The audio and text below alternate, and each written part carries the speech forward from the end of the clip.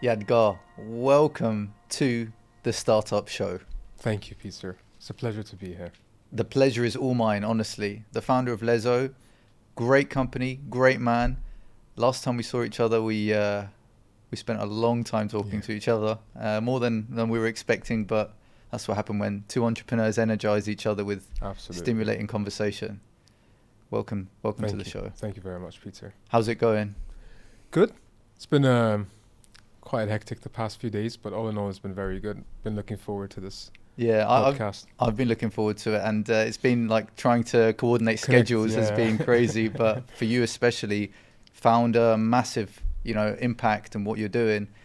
To get a few minutes, it's everything has to have a reason, and for you to be here now, it's brilliant. It's brilliant. Thank you. I always try to make sure that I have time and I manage my time, but it's been a very ambitious, let's say, path to be able to control your time and how you can manage it. I think it's much easier to say than actually being able to do it. So, it's a journey. You're learning more about the best way to work, to live.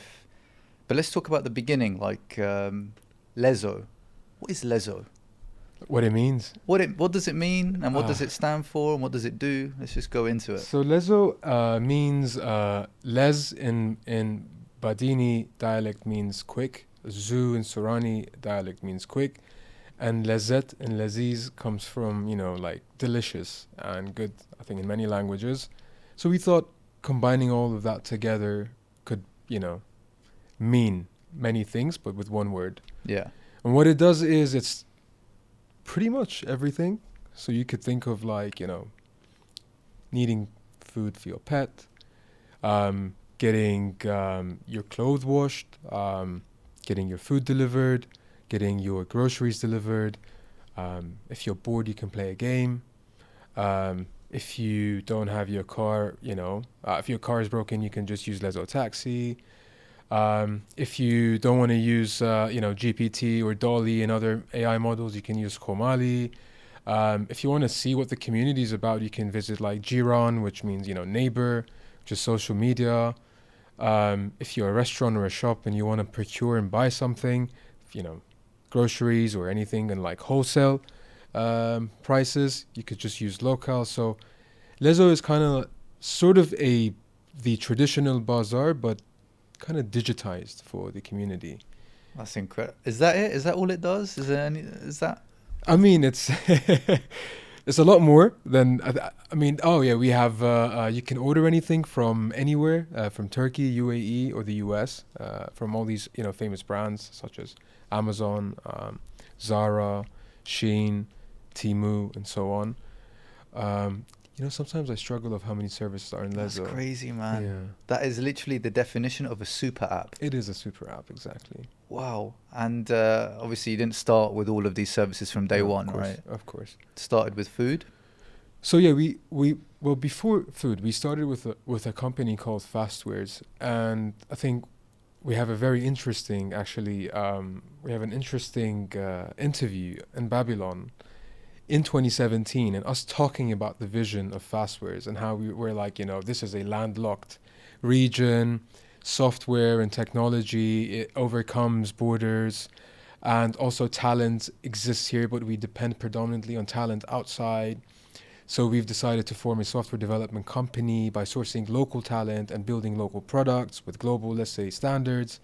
Like at the time when you listen to the interview, you might think like, what are these guys talking about? But actually, fast forwarding 8 years from then, we accomplished quite a few of those points that we thought we had in our vision. So we were building games, which people wouldn't like at the time. Like this is in 2017, we built like 3 games. We built we built a music streaming app. We built a movie streaming app, so video streaming app. We combined it with shopping. You could shop and watch videos. We did many different experiments. So we were essentially building a super app. Like the foundations of it. The foundations, yeah. Without realizing. Yeah. And then we went to food delivery. We're like, let's just start very humbly. Like, less is more. Yeah. But then it's still, we kind of went towards having a lot more than what we thought we will. Yeah, it's interesting. Like 2017, you already had like this long-term vision of where you wanted things to get to, and as you said, like perhaps people listening to you at the time would have been a bit skeptical. They wouldn't probably have understood what you're talking about, or they couldn't conceptualize it in their mind. And to be honest, most visionaries, when they speak, like if you look at Steve Jobs in the early days, even Jeff Bezos back in the early days, they speak in language which people understand, but that might seem to them as kind of not science fiction, but like so far outside of the perspective of the current way things are done that it's hard for people to kind of grasp. And until they see it, or until time passes and you achieve these goals, then they're like, yeah, this guy's onto something. But by the time they realize that, it's already too late. Exactly.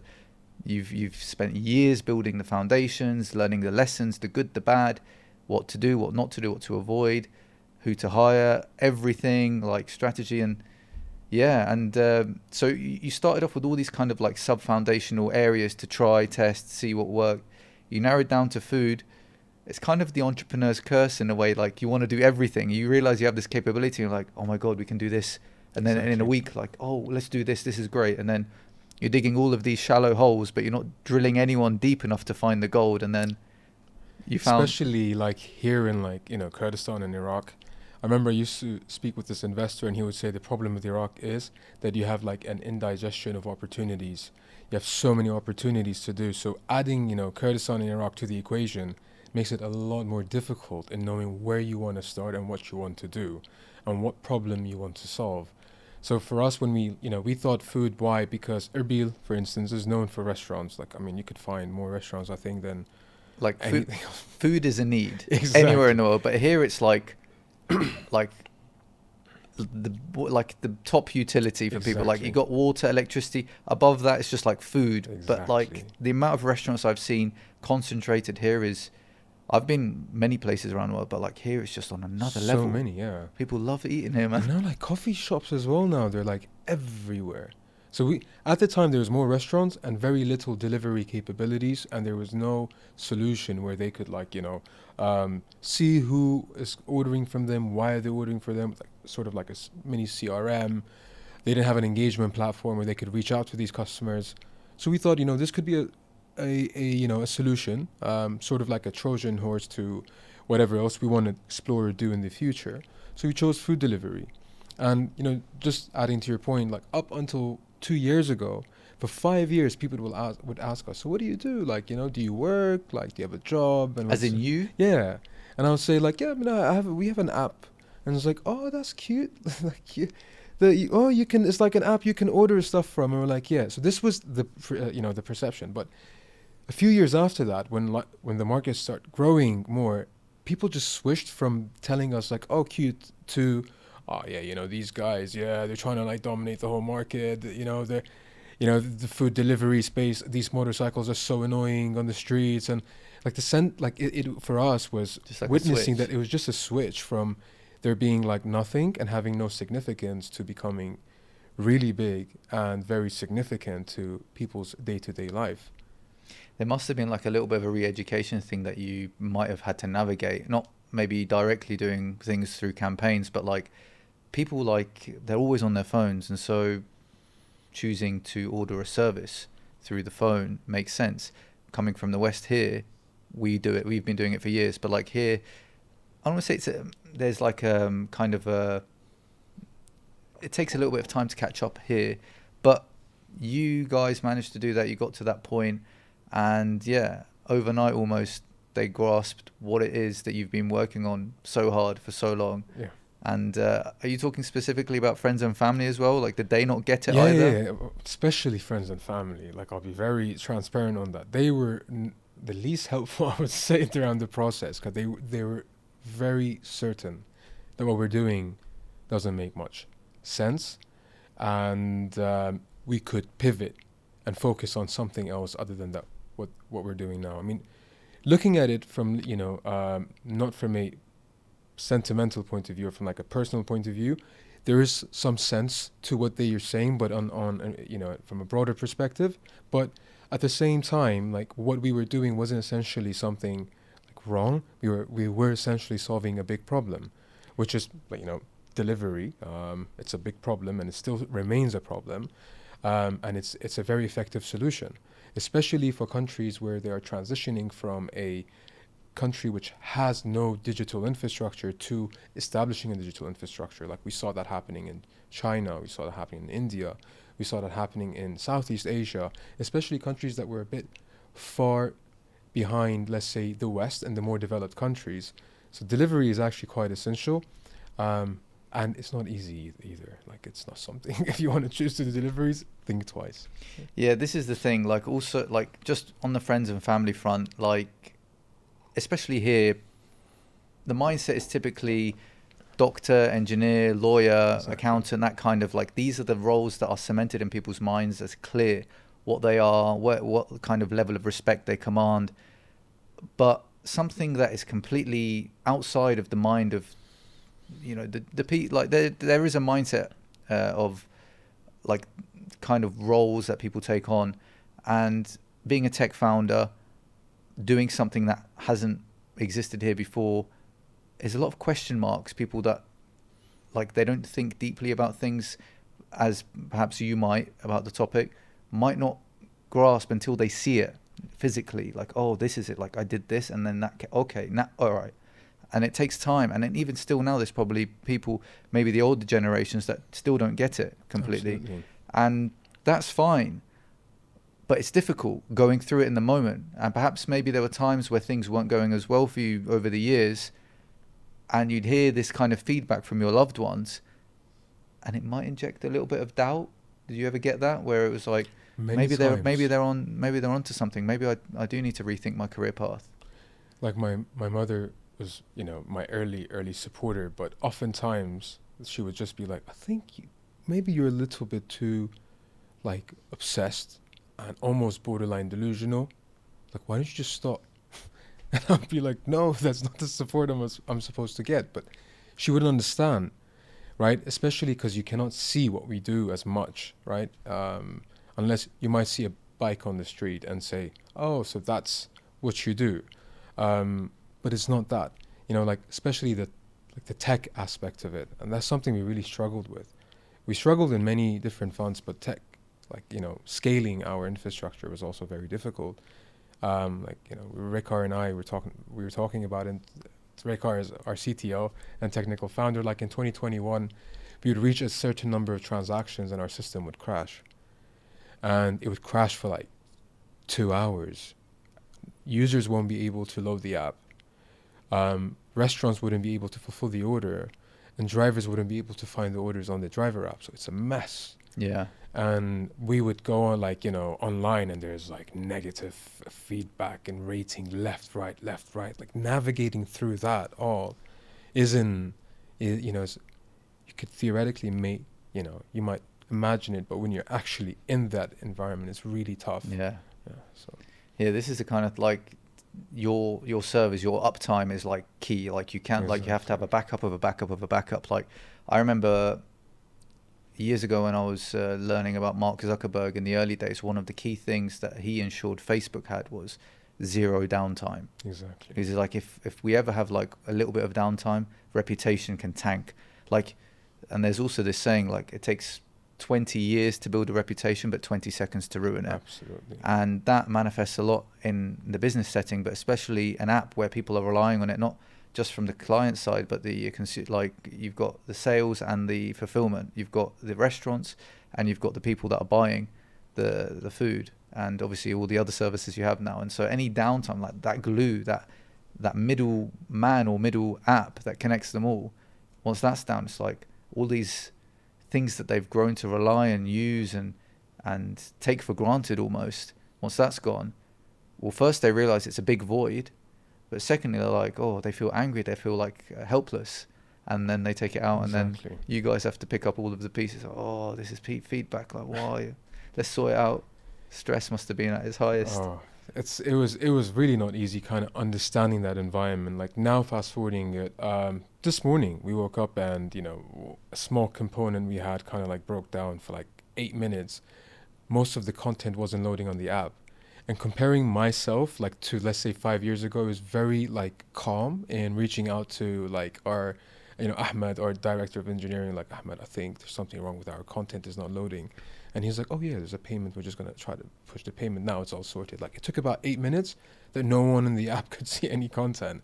But we took it so calmly, like, and comparing it to how it used to be. If this was, let's say, 5 years ago, we would probably be like, I don't know, maybe Ahmed and I would have gotten into like a serious like altercation for simply him. Like, how could you do that, right?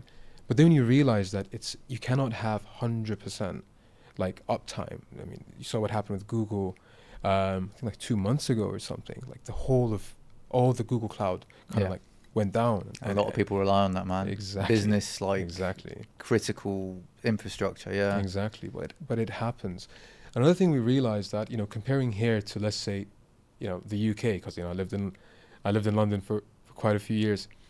In let's say in the UK or like, let's say, in Europe, the tolerance towards, let's say, operations, like physical operations, is quite low. So if my expectations are not being met, let's say I'm in a restaurant, if the food is late, then that's it. Like, that's completely outside of my expectation.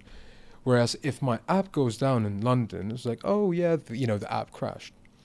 Here, on the other hand, people were resisting so much to like digital platforms that any issue that would happen, then that's it. Everyone would validate their bias, saying like, I told you these tech solutions are not worth it.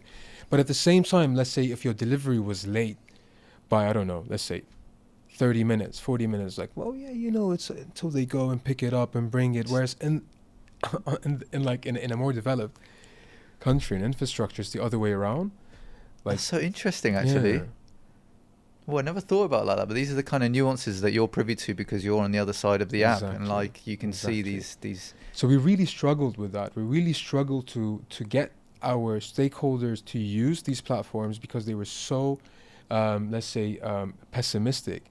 And they were resisting it so much, but they weren't so resisting towards like very manual solutions that required a lot of, let's say, human input, rather than depending on sort of like, digital or like workflows and automated workflows. Like, for us it took a long time. Still, it's a bit of a struggle, but not as much as it used to be. This is so interesting. You like, obviously you talked about the downtime that you had many years ago, and now obviously that 8-minute instance that you mentioned, but also this transition between how people navigate these kind of apps in the West versus here. You are learning so much, so often, not just about the environment, not just about business, but about yourself as well. Like, just to take the example that you mentioned, how you reacted to downtime many years ago versus the 8-minute incident. You're like, for me, this is like, I've always maintained this. Like, I started my business more than 10 years ago. The person that I am now versus now is completely different on so many different ways. But a lot of things that I've managed to, like, I think of myself as maybe the best version of myself, and I'm constantly trying to improve that. But even still, if I compare myself to before, I look back and be like, oh, I was a bit impatient here, or I didn't think too long term in that situation. Every founder has this kind of journey, because for me, what I've noticed is business is an excellent vessel for self-improvement. Absolutely. Like, often, majority of the time, I've seen from people when they say, they have an idea, I'm like, do it. Like, immediately I'm like, do it. And they're like, but do you think it's not about like how good your idea is? It's just the journey that you need to take. Just go do it. Like, don't even think twice. Yeah, if you're gonna fail, great. Like, you're gonna learn a ton. Like, there's no way to kind of explain this. It's so counterintuitive when you try to explain to someone these kind of, like, you're telling me to take risk. Like, yes. And you're fine with me failing. Like, yes. Like, all of these are so contrary to the common belief that one has. And again, I'll try to highlight this. What do you call a founder, an entrepreneur, like in, let's say, in the Middle East, or how could you say that? What are you, an entrepreneur? It's like, I'm sorry to say this, but what, yeah, the clouchy, or what are we talking about? It's like, no, I'm not a clouchy, but I'm trying to like solve a problem. Just get a job. Like, what's wrong with you? Why are you trying to take that path? But I think entrepreneurs in general, like, when someone says I'm an entrepreneur, it's a very courageous and sort of objective one to take. And because the journey you're going to take is extremely volatile, filled with learnings, with hardship, and it never ends. Like, no matter how much you grow, it still stays with it. It's as if like it's like the necessary components of it. It's not something that people also like, I know I'll make it one day. You'll make it in terms of like maybe status or money and that, but that, up and down, that, risk management and navigating through all of that, it never ends, ever. It's like you had problems when you started, you had problems a couple of years ago, you've got problems today, you'll have problems in a year from now. Like the problems, they don't stop. It's just the type of problems you're solving are different. Exactly. But the problems will always exist. If it's not app related, it might be market related, it might be a new revenue stream or employee or whatever, like AI, anything. Exactly. These are constant in the journey, and you have to have that resilience to ride those and to be honest with you, that resilience is trainable, because initially, like let's say to become a founder or to become an entrepreneur, you have to maybe have an appetite for stepping out of your comfort zone, taking a bit of a risk in the unknown, and pushing long enough there to find some results, not just, oh, I gave this a go for a few weeks and it didn't work for me. No, it takes time. Like Absolutely. The amount of lessons you need to learn, small details, market, just even managing with founders and team members, or any small detail, it takes time to learn, develop, and there's no real playbook. You can read it in books, but until you actually, as you said, walk that path, none of it will have relevance or context. You probably read books now, and the books you read, you're like, that makes so much. I know this guy's legit because what he's saying is an actual, like, I've gone through this myself, so I know this person knows what they're talking about because these are actual challenges. And then when he gives you an insight that you didn't know, you're like, well, I'm likely to trust that because everything else he said is completely like in sync. His business might be about, clothing, maybe Nike or whatever. Your business, different industry, different niche, different market, but there's a lot of overlap and parallels, and being ready for that. I think people are romanced by the idea of being an entrepreneur more so now than they've ever been. True. I think even here, like in the West, definitely like, oh, entrepreneur, yeah, cool. But here, I think also out of necessity a bit, because relying on employment perhaps isn't that safe bet as it once was. No, absolutely. So sometimes people are more pushed now out of necessity to find their own and create their own opportunities. And you're an example of an entrepreneur, I am, but like opportunities exist, and here it's developing at such a fast pace. There's so many opportunities for the person that's willing to try something, willing to take a risk, and as you said, just get started and don't waste any more time. It's the courage that you need to build to become an entrepreneur. So this is why if someone actually takes the path of entrepreneurship, that is, you've really chosen a extreme like path to self-development, but a path that you most probably are going to have a very concentrated level of learning, practical learning through that journey. If you really know what the entrepreneurial journey is about, like as I mentioned, the simplest one is failure and success being equally there, and understanding that, like fully being content with it, is I think one of the first checklists or ticks that you can get on the box as an entrepreneur, and being fine with it, like internalizing that, understanding it, comprehending how you're about to fail, like because people fear defeat, people fear failure, people are doing what they do so they can succeed, so they could get validation. So when you get the opposite of validation, right, it is not easy. But I think that's what you learn throughout what we were just mentioning right now, that if you were to reach, a higher, let's say, status, and you get, a higher net worth, what you essentially are doing then, you're learning how to synchronize with problems and how to deal with problems at scale. And that what makes you sort of different to someone else, like let's take OpenAI as an example, right? And how they've, like, currently, when they started, probably they were thinking of like copyright laws, and they could possibly be, going through some kind of litigation for what they've done. But it's not about that. For them, it's about getting the product, shipping the product, and seeing what the traction getting will the look feedback. Like. Exactly. And then if that becomes the case, then, like today we're seeing Google being held for like, potential anti-competition, Yeah, and they're saying, monopoly. Yeah. right? But Google knew where they're heading. They're monopolizing on the ecosystem, and they were prepared for that happening potentially 20 years, 30 years later. But they didn't stop doing what they were going to do. So that's essentially what they did, was they learned how to adapt to problems, risk, crisis, and keep scaling at that. Where a lot of people might see one problem and say, no, I will take a step back. I will not want to, or see potential risk or crisis and saying, no, I would rather have boundaries and not go towards that territory. But that territory, I think, is filled with everything. Like, it's psychology, it's politics, it's math, it's business, it's economics, it's social studies, it's anything you can think of, just geography, it's everything you can, law, philosophy, everything is in there. And that's why I think it's very, very important for everyone at least once to kind of take that journey. It's a beautiful journey. It's a challenging, but it's like, and the level of engagement, like in your mind, like even when you're not working your 9 to 5 hours, you're thinking about it, you're incubating, you get this idea, you see something when you're walking in the park, oh my God, it's just finally clicked.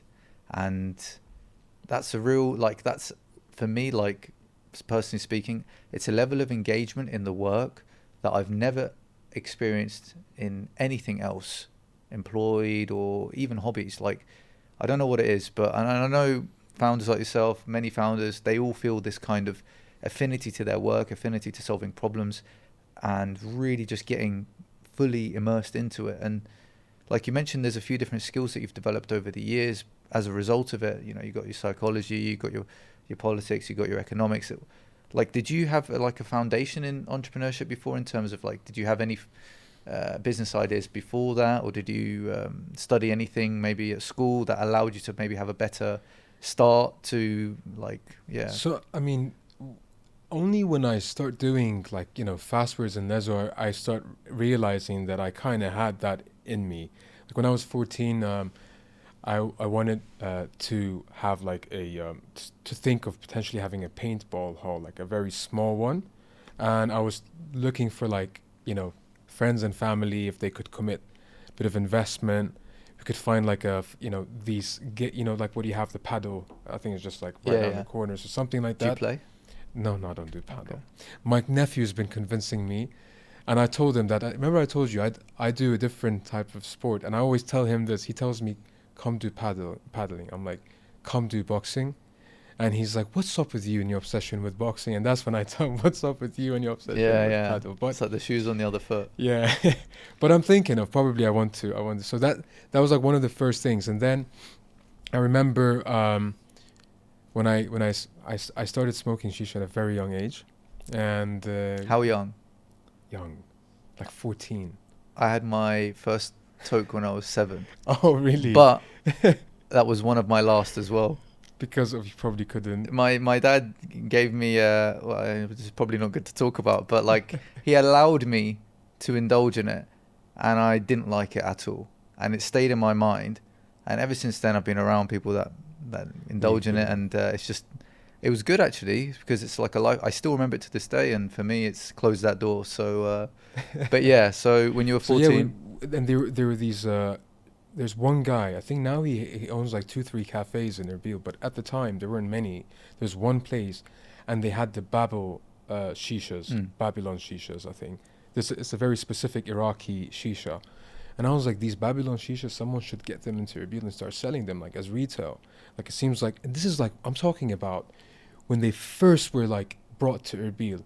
You're already thinking opportunity. Yeah, and I wasn't realizing why it was like, why should one care about, for instance, why should there be value towards a shisha, type or manufacturer to be importing? But this is when you realize that maybe you had that entrepreneurship in you. In school, I remember there was one cafe where they would make just normal sandwiches, and we kind of like grouped up, and there's am I allowed to name restaurants? This is your house. Oh, okay, great. So Saja Reef, still, they just came back. I'm so happy about that, by the way, because Saja Reef is a very, well-known brand. So what we did was, Saja Reef, interestingly, had 2 motorcycles where they would deliver, and they were one of the few restaurants who would deliver. So we would deliver it to the restaurant, to the school, sneak in, take the sandwiches, start reselling it in school. It started from like, 6 to 12 to like 25 to 40. I remember it reached a level we had at least about 65 sarges, right? And we got caught by the school management.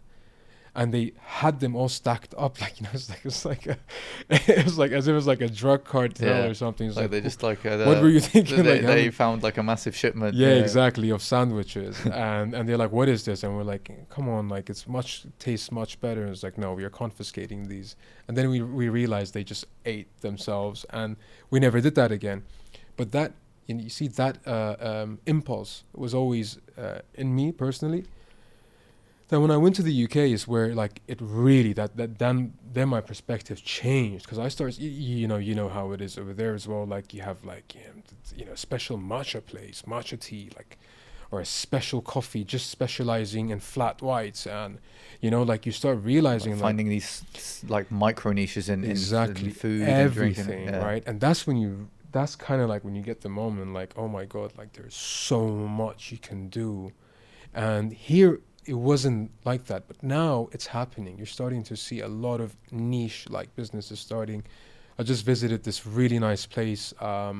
They recently opened in I forgot which towers. There's so many towers now in Erbil, but it's like it's like a very nice seating area with like antique items from Iraq and Kurdistan, with nice coffee, baristas excellent, and you would think like it's secluded and private and stuff, but you would be surprised of how many people are there. But everyone is kind of find their like secret spot in Erbil, and I quite like that. It's very niche, but great. Like, yes, people want to go somewhere and sit down on the ground and read a book, have some matcha tea and so on.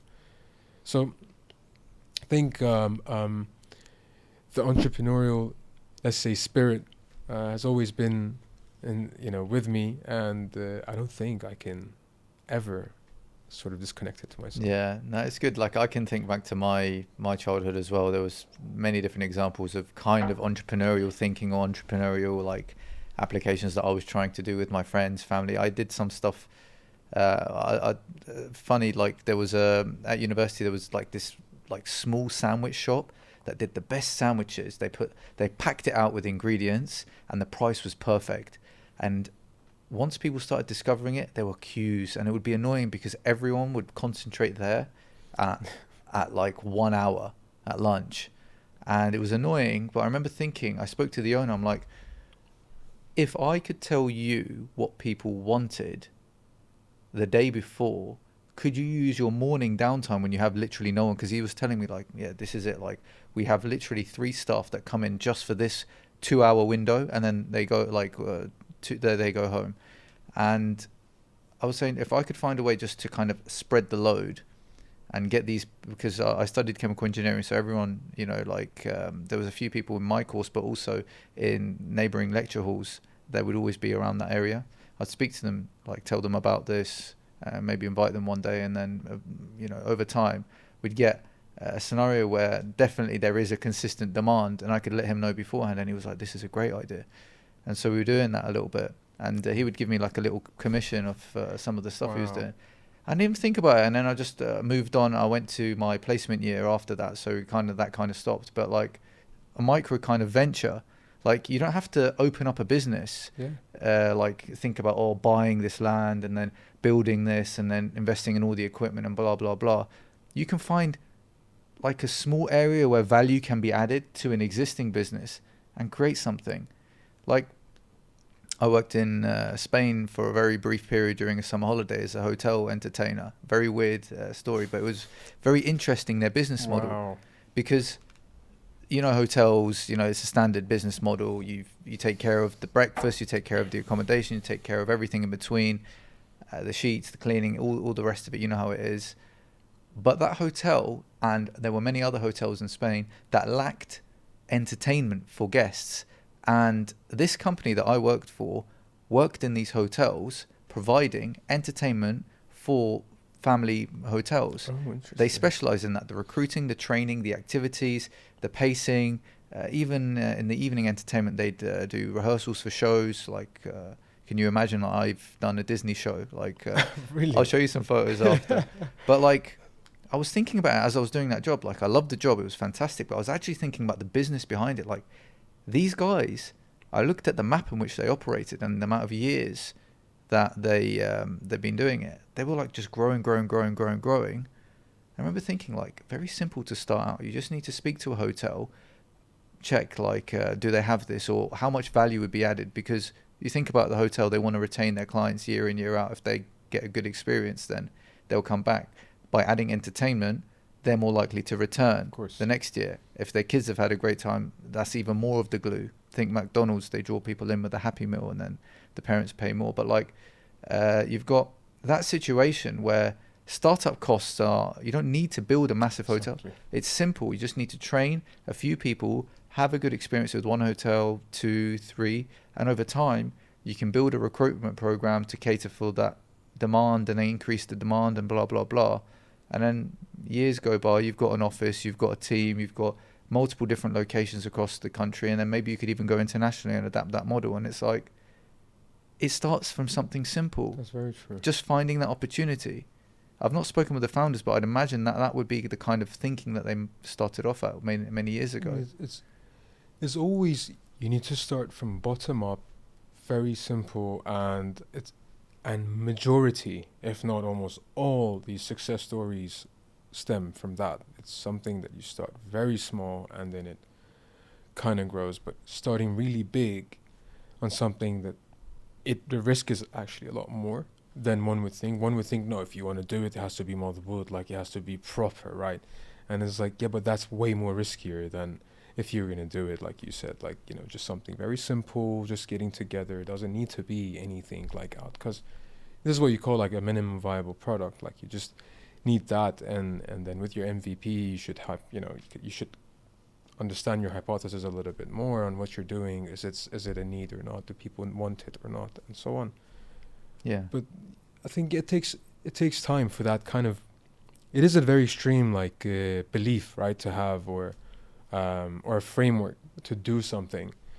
So I would also understand if someone's like, so you're telling me I could just stand here and have like what do you call it? A pomegranate juice stand and just start selling like pomegranate juice, just like that, and you're like, yeah. Well, to build on what you said earlier, just try it. And perhaps they don't know, oh, you might need a license, you might need, this, you can't do this here, or blah, blah, blah. And you can research all of that, and then it will kind of stop you in your tracks, and you could find something else. Or you could give it a go if that's something you're interested in. And then 2 or 3 weeks after you've started trading, someone might come and say, you need this first problem to solve, or one of the early problems to solve. I'm like, okay, how do I go find a license? Okay, who do I speak to? What are the steps here?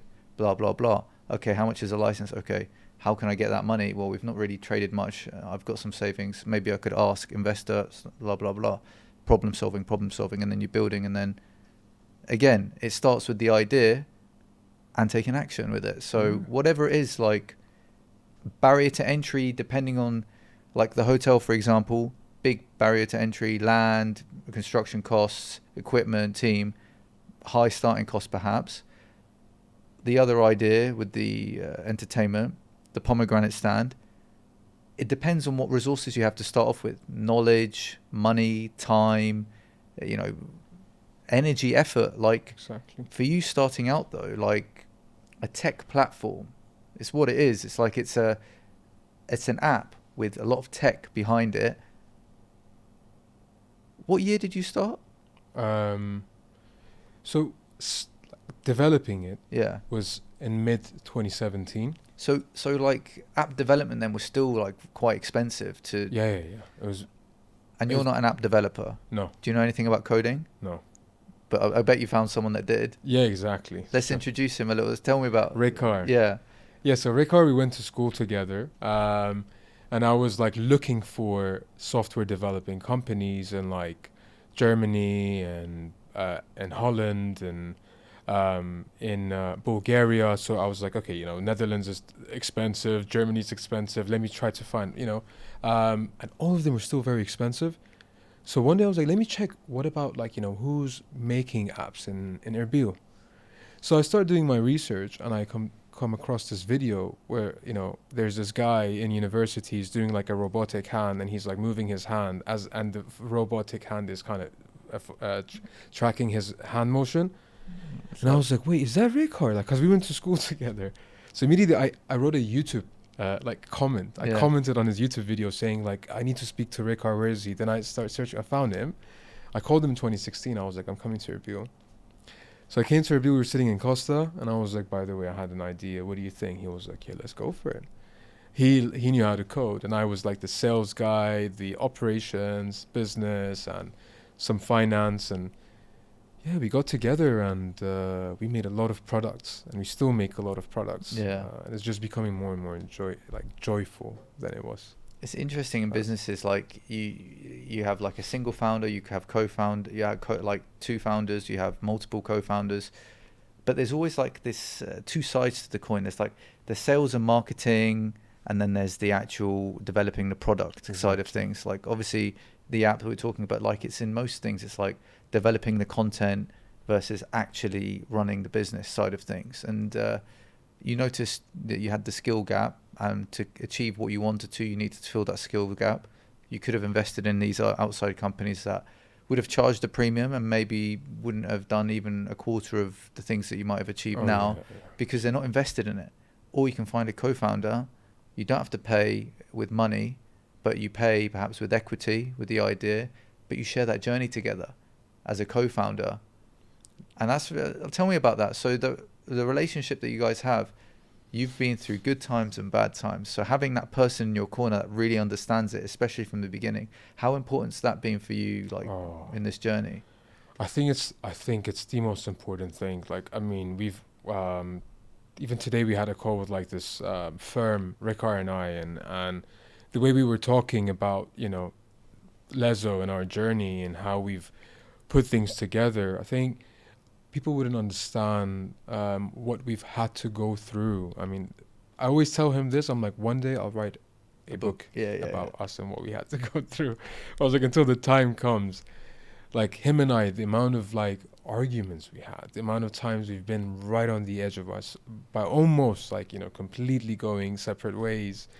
Times where we've really been supportive of each other, been forgiving with each other. Like, we learned so much just on a personal level that now it's like Ricard, I can't describe him as a brother or a friend or as a partner. He's special, right, for me, and I hope I'm the same to him. But I think we really we built that emotional, let's say, intelligence with each other more than anyone else. And we always say this to each other as well, regardless of with Lezzoo or no Lezzoo, we feel like we've become partners for life. It's like almost like a marriage in a way, isn't it? A lot like a marriage, actually, as odd as it may sound. It is a lot like a marriage. You're spending a lot of time in the work environment, so naturally you're gonna you see, like, you can talk. You're married, aren't you? Yeah, of course. So you can talk to your spouse about the good, the bad that's happening in your day. Like, how was your day? But no one truly understands like a co-founder. So like it's something nice, and for me, I've loved it. If I see businesses with single founders and they've been there for a while, and I know like every business has problems, but like your business has problems to solve and it's tough. My business, many other people, they always have problems, tough times. I don't know how single founders do it, like, because it's tough, man. It's really tough. Like, maybe some people start as a single founder, but they realize quite quickly, like, I need a partner in crime here. Like, I need someone to help, because it's difficult.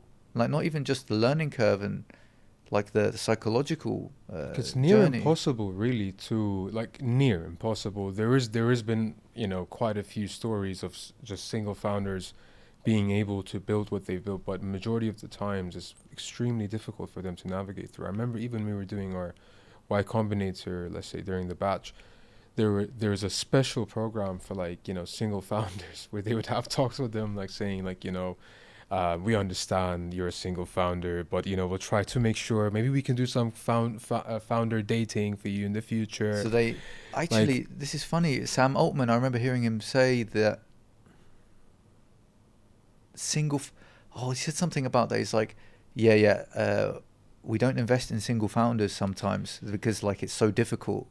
I remember he actually said something like this. I'll be paraphrasing, but he was like on the same wavelength as us. Like you like single founders is tough. It's so tough. Yeah. Because I think how they say like, I think 99% of startups fail or something like that, right? So I think when you look at single founders, they happen to the percentage of failure with single founders is much higher than you having at least two co-founders or more. And it just makes sense when you think about it, right? Like, let's take Rekar and I as an example.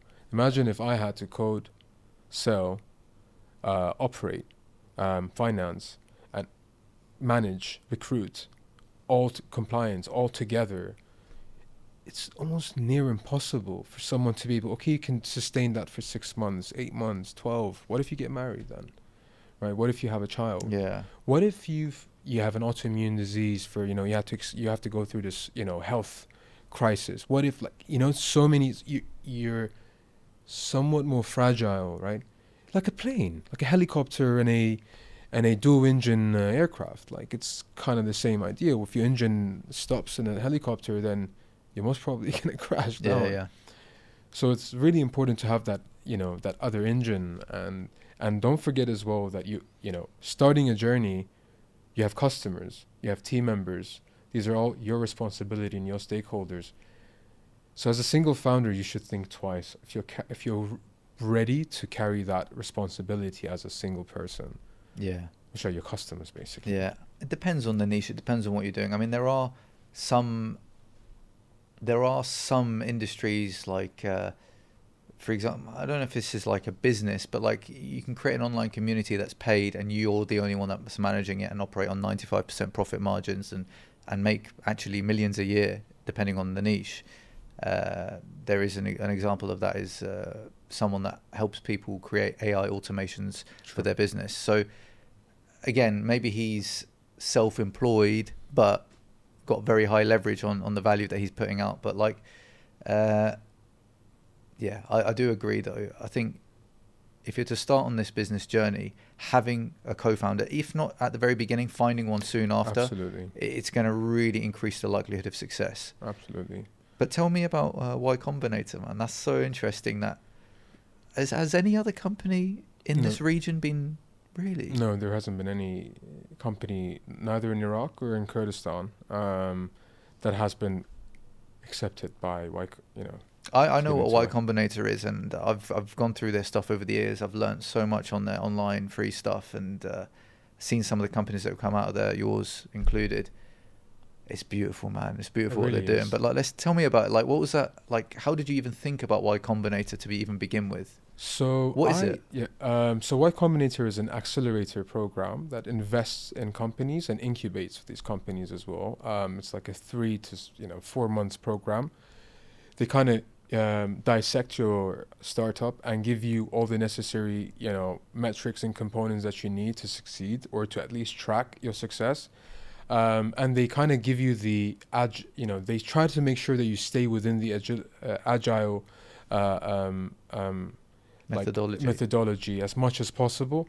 And they're all about startups. Like, for them, startups is everything, and they value startups more than anything else. And they're not the conventional thinkers. They want to do things that are, they take those unique insights of startup journeys as, findings and insights for everyone else to kind of follow and learn from. So for us, we didn't know about Y Combinator. Just like you said, there's a lot of free stuff online. How I found them was I was looking for a service level agreement, like a server license agreement, an SLA. And I found one template, which was by Y Combinator, and it was for free. And I was like, this is really good. So I took that template, and then I started reading about them a bit until I visited who used to be one of our co-founders and who left. And he's like, do you know about Y Combinator? And I was like, yeah, I got their template. This was in 2016. And he was like, why don't we just go on startup school? which is a program anyone can apply, by the way. You don't need to get into Y Combinator to do startup school. So we're like, let's do it. We went on startup school, start, putting our metrics, like what's your revenue? And we're like, how do you calculate revenue? So, like calculating revenue, orders, and taking all the metrics. Then we realized we were growing like 22% week over week in terms of orders and revenue. And we were like, is this good? Yeah. Like, like, is it supposed to be more? Yeah, because you have no basis for comparison. You're like learning it and trying to understand it at the same time. Exactly. And so we just humbly keep going forward, and we're like, all right, good advice. Let's keep doing that and doing that. And then there was the actual program itself. We're like, let's apply. And we applied. I was really ill. I remember when I applied, I woke up and it was like right in the deadline. Submitted the application. Even the co-founder was like, what have you written? This is such a bad application. And I was like, I don't know. I was tired. I barely remembered. So we applied. And then a few weeks later, we got a call from them saying like, are you able to travel to the US? Where were you at the time? In Erbil. So they called you like... Yeah, in Erbil, yeah. Oh. You know what's interesting is like, I have witnesses like with us in Fastwares and Lezzoo, where we would be in a room with absolutely nothing. Like those plastic tables that you see in weddings and stuff, the old ones, right? Yeah. We had one of those which we would eat lunch on, and I would be giving this talk to like Rekar and like a few other colleagues, and I would be like, we will connect Erbil to Silicon Valley, and we will get angel investors. Do you know what angel investors are? They'd be like, no. I was like, well, let me explain to you. An angel investor are people who invest in companies with small check sizes and and then we will get venture capital. And like the way we were talking, I always think, I'm like, there are probably very, very, very few people in Erbil who were like talking about Silicon Valley, connecting into Erbil. That's a very that is like, as far as visions go, that was like a very, very right. And then a year and 6 months later, we're getting an invitation to go to San Francisco, right? And we did.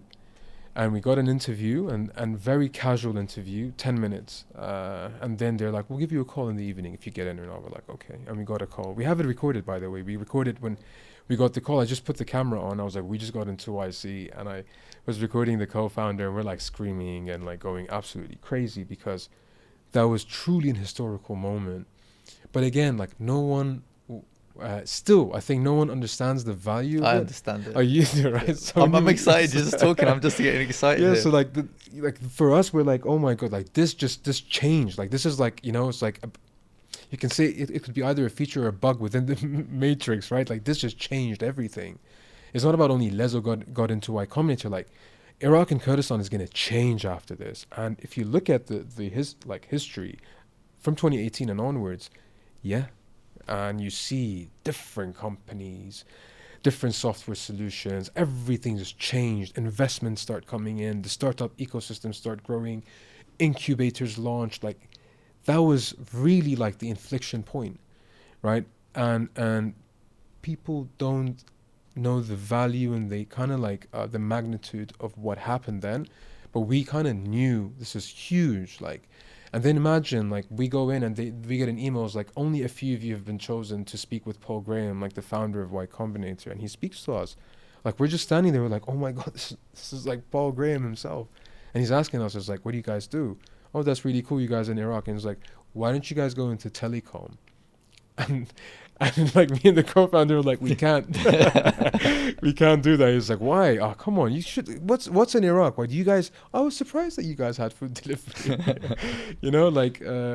All of that for us was really eye-opening, and the rest is like, ever since then, I personally changed. Like I changed as how I look into products, problems, and solutions, because they have their motto, which is like build something and make something people want, and then saying build something people need when you graduate from YC. And it's like it really emphasizes on making sure you do things that people want and people need, so you don't fall into doing something that is like insignificant and because you can waste so many years solving the wrong problems for and especially imagine now you want to create and build a newspaper business.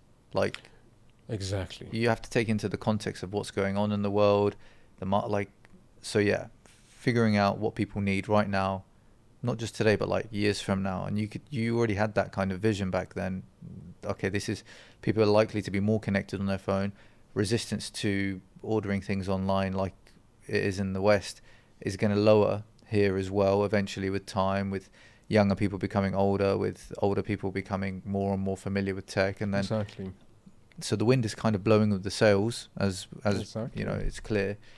And they spotted the opportunity as well, and you guys... Yeah, and like for us, from there onwards, it was you know, they were asking us these questions of like, you know, are you willing to? I remember we had this like round table discussion. Like the question was like, are you willing to spend 10 years on what you're building right now? When they asked us that question, honestly, it was shocking to me personally. It's like 10 years, like that's a lifetime, right?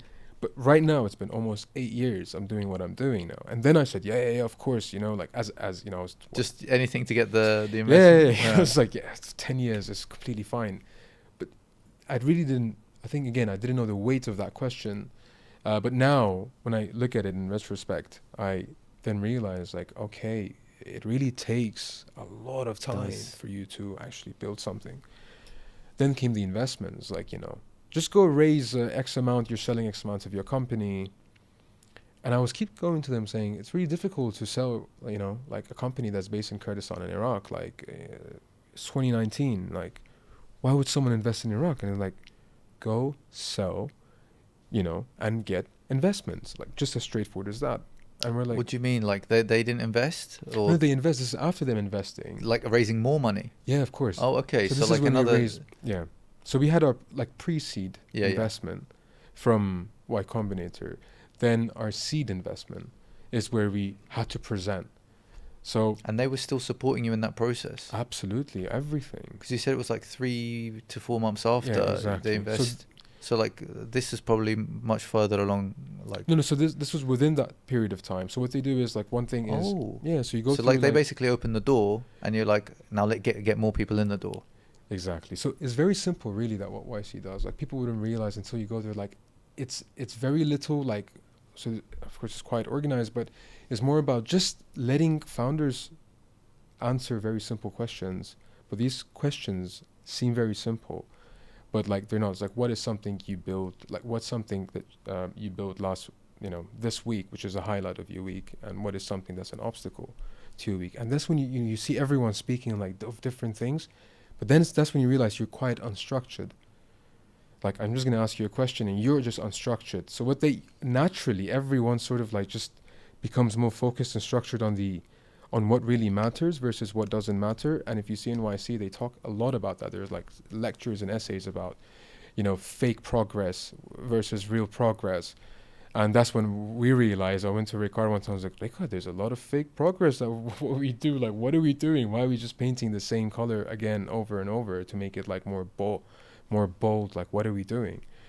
So they just want to put you back into like what recently, I think the founder mode, as I think it was like last year, Brian, the founder of Airbnb, Brian Chesky, yeah, he started bringing that term back on, like going on founder mode, which like, you know, you could just message him on LinkedIn, he'll reply back to you, and he interferes in customer service or interferes, like that's going back into founder mode. But that's really important. Like I think it's very, very important. Yeah, just like because the bigger you get, the further removed you are from the front line. You initially started, yeah. And you need that kind of instant feedback sometimes to like know what's going well, what's not, instead of just like it filtering through however many layers you have in your organization until that information gets to you. Not only is there a time delay, but there's also kind of information loss at every stage. So you're not actually getting the complete picture, but by you moving yourself to the front, you're getting that opportunity to be like, okay, this is what's going on. That's needed. Exactly. So that's interesting, man. So Y Combinator, the process, you got the application through, they invited you, you met with some key people, you had maybe some workshops, then they invested, and then that process from the investment, between that and the next investment, what did that look like for you? Like, did you knock on doors in a manner of speaking? So, okay, this is where, like I told you, the Lezzoo journey really deserves to have a book eventually.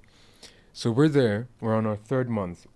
There's 1 week left where we would present to like thousands of investors, right? And it's a 2-minute pitch that we have to give. 2 minute. We're preparing ourselves. It's me and one of our co-founders next to me. And he just looks at me and he's like, can I say something to you? And I was like, yeah, sure, go ahead. He's like, I quit.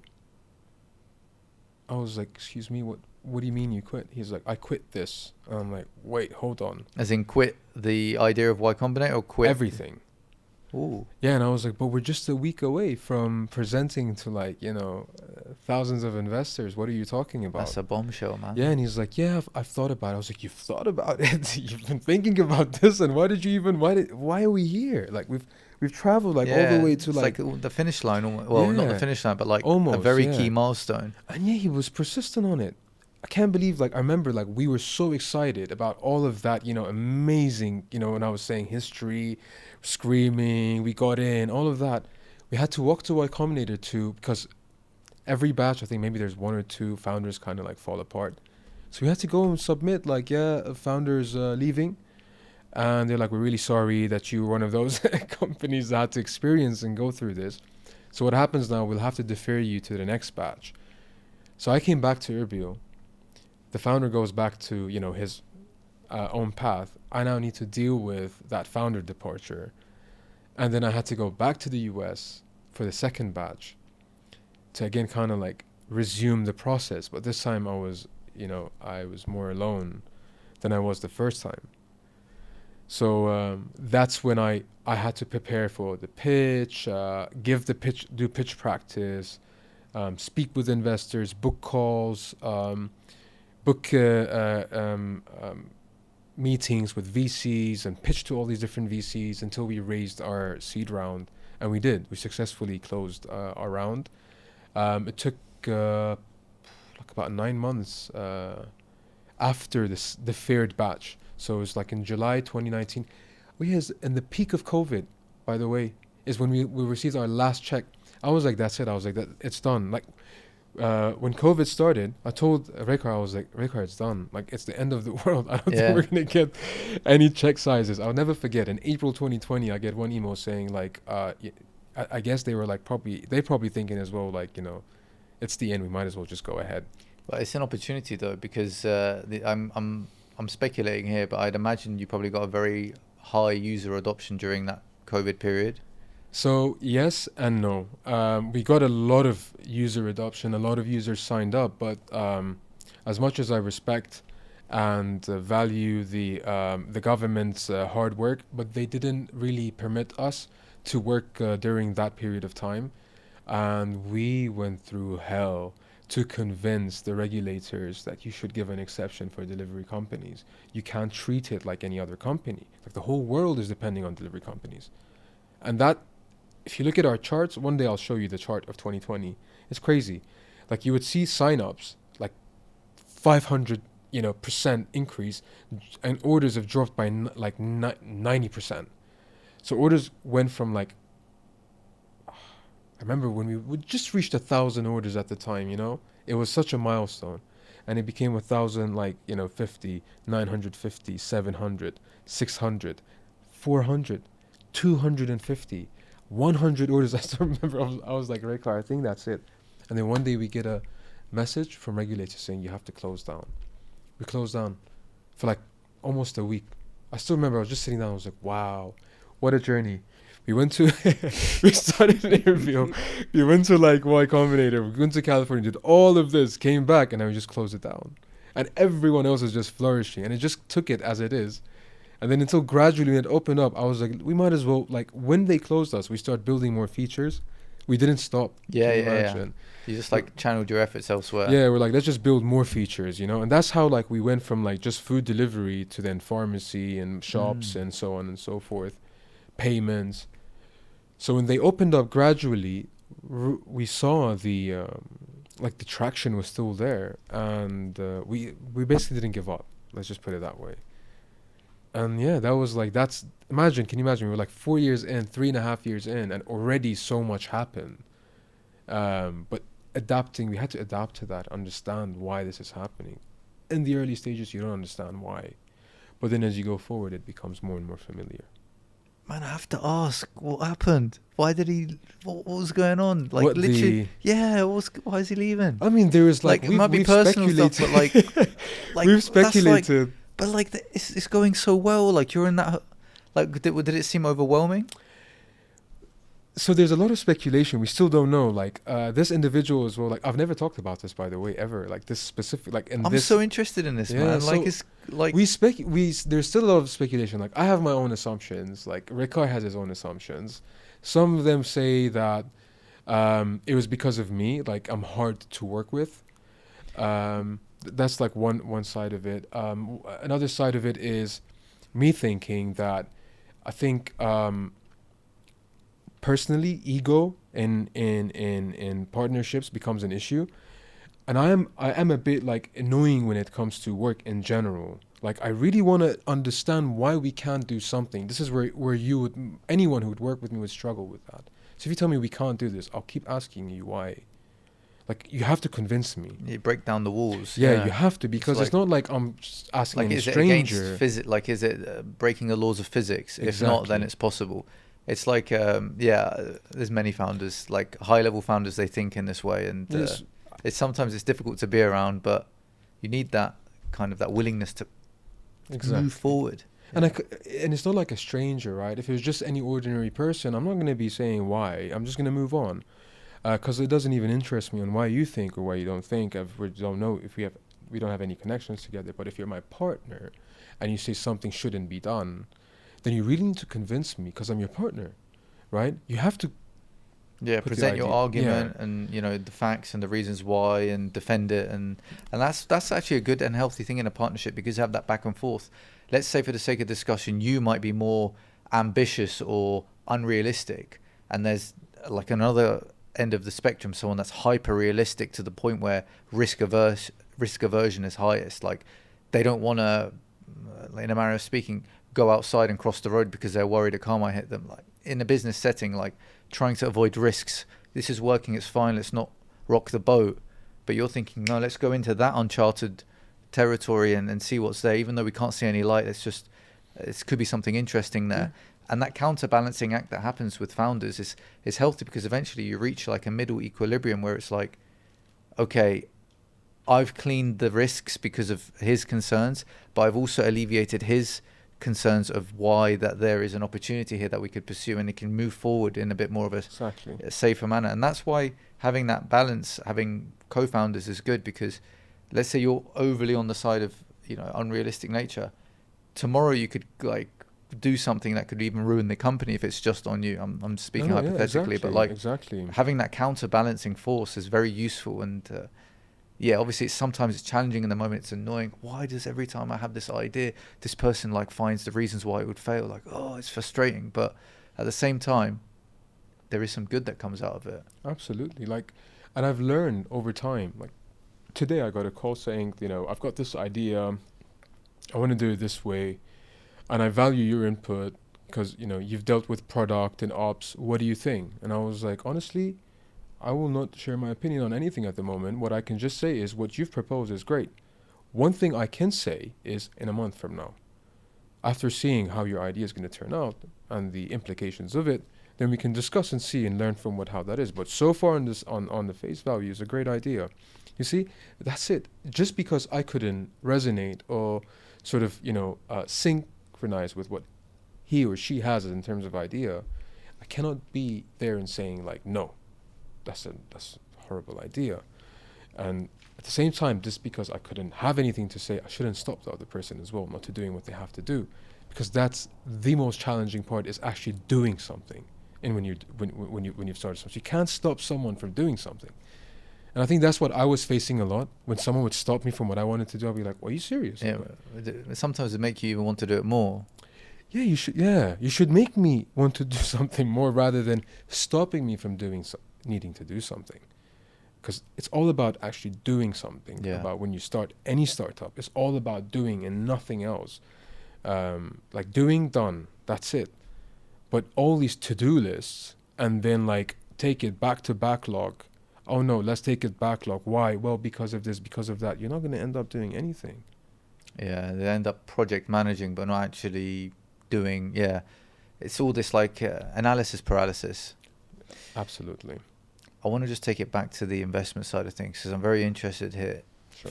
For you, what made you, okay, Y Combinator, like aside from the money that they'd be investing, the amount of knowledge and lessons that they could save you from having to learn the hard way. Like, Y Combinator is, for people that don't know, I'd urge them to do their research, but it's a very, very good program, and you're testament to it. But like, did you need the money to raise that? And the next seed round, did you need it, or could you have done it without? Like, how important was the investment for you guys? So we didn't realize how important the investment was until the talks of raising funds and investment happened. That's when we start actually realizing it. Because when you start any startup, you really think of the present as much more than you would think of like what would happen as you scale, or where would you be, like, practically. So they're really speaking. instilling this long-term thinking in you. Yeah. Like, even that question that you said, would you do this for 10 years? Like, Exactly. even that's like an example of, you have to think that far ahead. Exactly. And then they're like transposing that on every other area, money now as well, like how useful this money would be in the long term. Exactly. So one thing they did, so there's this very successful super app in Latin America called Rappi. I don't know if you've heard of them. So the first thing they said to us was like, there's Rappi, and they introduced us to the team of Rappi. And then when we start listening to the team of Rappi saying like, how many orders are you doing, like as us? And at the time we were doing like maybe 1,500 or something like that. When you say 1,500, over what time basis? Is that a day? Yeah, a day. Okay. Yeah. And then we looked at their chart, and they were making like something around 10,000 orders like every 2 hours or something like that. And we looked at like their dashboards and their like admin, portals. And I was shocked, like Brazil, Colombia, Mexico. Like, it really made us feel like, really, really small. Yeah, made you like think, oh, we should really be thinking bigger here. Exactly. Like, even if you're thinking bigger, you should be like times that by 100. Exactly. Yeah. So that really is something they ingrain in you. And when you start thinking that way, you know your position, and you really start sort of evaluating why you're doing what you do, and like where you want to be, like where you're heading to. So that's, for us, another thing I struggled with here. Like, we would reach, let's say, I don't know, X amount of transactions, and they're like, yay. I'm like, no, this is horrible. Like, this company reached this much within this. Did you know, like, and they're always like, you're too pessimistic. You try to be a perfectionist. I'm like, I'm not a perfectionist. I'm just trying to remind us that we need to aim for like a lot higher than you think. And it's not about money as such. It's about what we've created. There's a network, and this network needs to expand. And there's indicators of how this network operates. Like, for me was, but I didn't get this naturally, of course. The more of YC's mentorship and guidance is how we start thinking this way about managing products. Products are essentially networks of users, right? And you need to understand that. You need to understand how far your users go. So this is hence why you have market sizing, like how big is your market, right? And that's what is your market? It's your network, like, essentially. And that's when I think investment comes in, and you start thinking, you're like, okay, I'm going to go do this. I'm going to launch here, and I'll open here, so I can reach this much. I will need this much investment to reach on this point. And then you understand why investment matters from a founder's point of view, not from a investor's point of view. So for you, like, aside from the mentorship, just monetarily, could you not have, through orders and transactions, raised it internally through the revenue and reinvested? Or are you saying then perhaps it would have saved you so much time by having that injection at that time, so that instead of, let's say, it would have taken you maybe 10 years to get somewhere, you actually absolutely cut that timeline to maybe 1 or 2 years with that injection of investment? For you, when you were thinking in that way, were you at the time thinking, yeah, but we're giving away more equity, losing a piece of the pie? How did you navigate those feelings? Honestly, equity for me, generally, I didn't think of as much. I would think of more on the control that we have as founders over what we do, more so than who within the team has how much equity. And having a valuable partner with you, like, equity giveaway is justified, in my opinion. if that person comes in like with a lot of resources in terms of knowledge, experience, network connections, finances, and so on, capital, then why not? Like that could expedite many things for you in the long run and in the short run. So for us, when we got the, let's say, investments, we realized that it's not about profitability, it's about growth and scale. Up until 3 years ago is where just the overall global landscape for investments kind of just shifted from everyone going absolutely crazy and investing into specific sectors to everyone just cutting it down. And we saw many stocks of different public companies collapsing, and honestly the delivery sector got affected a lot in general. We saw companies such as like Uber and like DoorDash and Delivery Hero stock like crumbling, from by 60%, 50%, and they never recovered. So from there onwards, investment globally kind of got more difficult to get. The traction of VC kind of dropped. For Iraq, it was almost impossible. So here's where we kind of like realize that, the VC like approach is actually very, very, very, very slim for Iraq. So what do we do here? We go back to YC and it's like, if you reach 6 months of runaway, make sure you reach profitability so you can have infinite runaway. Because if you don't, then you might as well just close down. And that's when we had like 8 months of runaway, and I went to Ricard again. I was like, Ricard, I think we should focus on profitability. But don't worry, we'll still try. Let me try to speak with some investors. And we realized that the rejection rate was so high. So we doubled down on everything we had. It wasn't, again, a pleasant journey, like living that journey, but it again goes back to what we initially talked about being an entrepreneur. You have to experience these kind of things. So we went through like, closing down certain markets. We had to lay off, unfortunately, team members. We had to change some of the, the stack that we were using. We went through a major restructuring phase until we reached like profitability. And then that became our new, North Star. Exactly. Profitability and staying profitable. Yeah, man. So now cash is king. Like having, no, because nothing matters. No, all the ideas in the world, but if you can't make payroll, that you can't keep the lights on, then it's not sustainable. But yeah, so I want to understand more about the future plans for Lezzoo. But like in terms of where you're at now, I know recently you've gone into the ride-hailing space. Exactly. Is it 3 months now? Is it 3 months? And stat in my mind is 200,000 rides. Was it? So yeah, we surpassed 200,000 rides in 3 months. If there was an audience here, we'd all be clapping. But I'll just give you a clap, man. That's well done, man. That's thank you very much. And that's muscling in on some other players as real estate. Yeah, of course. So, that's been like the highlight of the year and of Lezzoo's start, like inception until now, is because that was something was always on our pitch deck. That we've started with ride hailing, so we've started with food delivery, and the next step is going into ride hailing and payments, and then doubling down on the this is like the pitch that we were kind of like giving, and ride hailing was always there. We tried in 2021 for 2 months, failed miserably.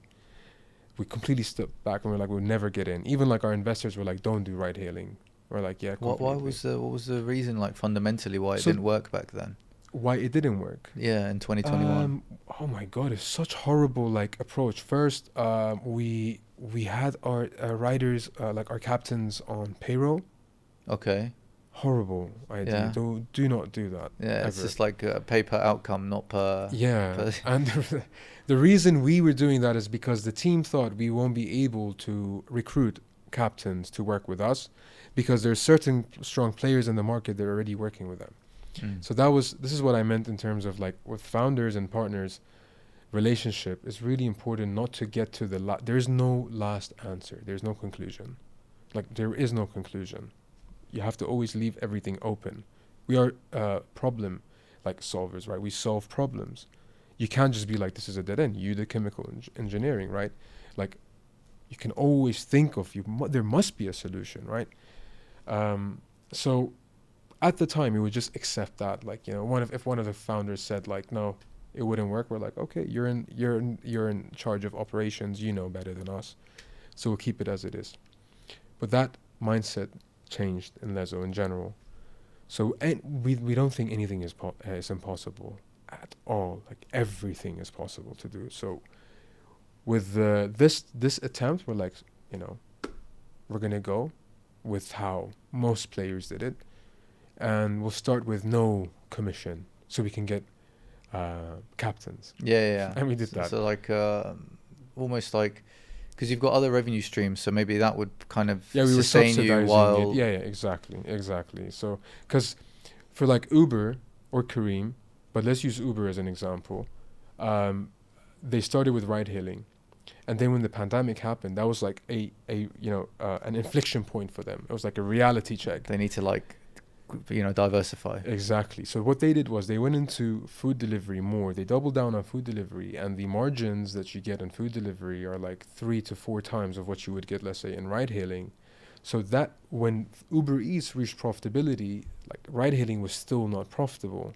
Then it became the other way around. They started using Uber Eats to kind of subsidize their ride hailing, whereas before it was all they had was ride hailing.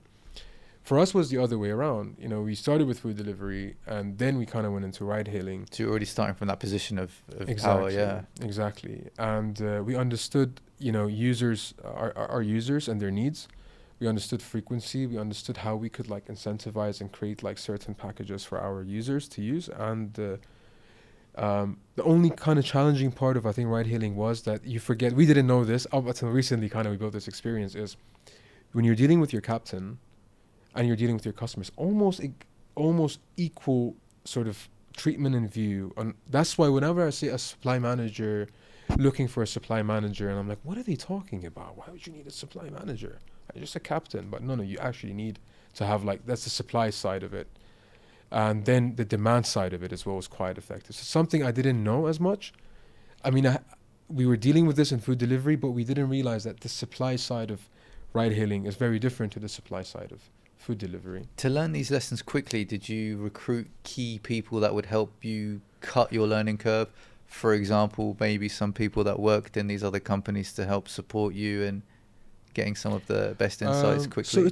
So a small portion of it, yes, of that. But majority, as I mentioned again, really came from Y Combinator. So speaking with other founders on Y Combinator, I think was the most eye-opening experience. When is this happening? All online, remotely? Or? Yeah, remotely. So like a weekly meeting, a monthly? So we had our weekly meetings in the beginning, but then even when you graduate from Y Combinator, you could still reach out to, like, other founders. And founder community in YC is very, very active and supportive.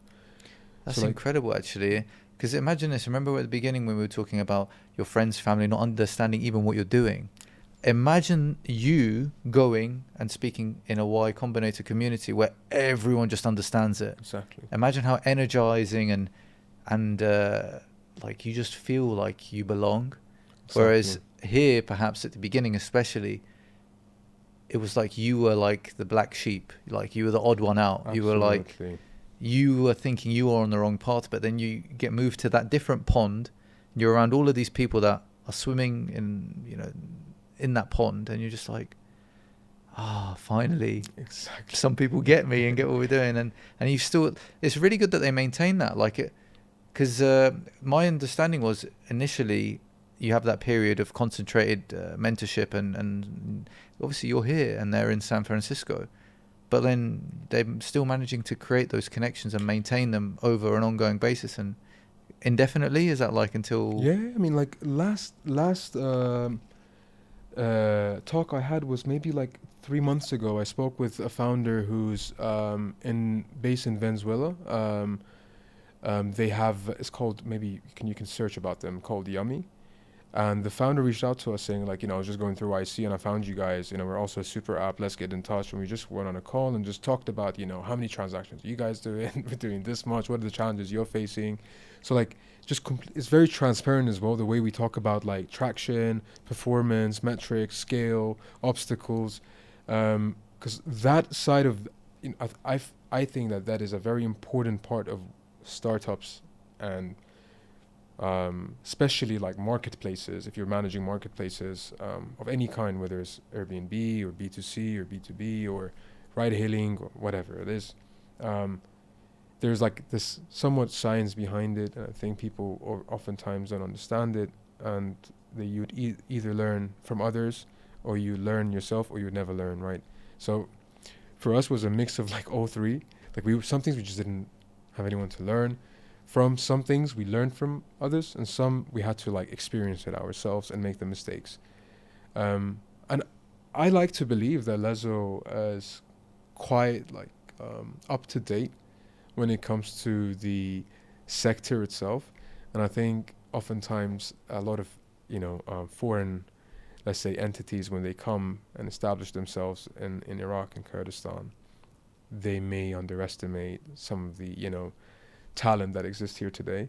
But I'm so happy to see that has changed so much now compared to like now I see people and like, even like when I met you and I read about you, like I just get so happy that finally the diaspora, the people, the talent are getting back together, and they're forming that network, because that is it's an inflection point in the making that we have not yet felt or experienced, but we are making it. And once that happens, we're going to see a massive like shift in everything else, just like how we talked about 2017 being in Babylon, then in 2019, like that is in the making, and I'm really excited for that. Me too, man. I wasn't even remotely, like my ideas here when I came to see and start interacting with founders like yourself, my ideas here were like, I had no expectations, to be honest. We were thinking about the show and I was thinking, okay, speaking, finding interesting people. It's just like everywhere I look, there's like someone new that's very interesting. That's working on some really, really good stuff. And it's just like, it's like some of the guests that I've had and some of the people that I've spoken to just throughout this process, it's just like it's really breathtaking, really refreshing to see that the land is ripe, but also the seeds that are in the land, they're growing in like. I'm very, very excited about the future here and what's to come. We're going to see so many changes. And absolutely. Yeah. I want to just ask about the future. Okay. Today now, super app, probably going to get some more different services on there. Regions, where are you guys now like covering? Because I know you've moved into Baghdad. Yes. So we went to Baghdad once.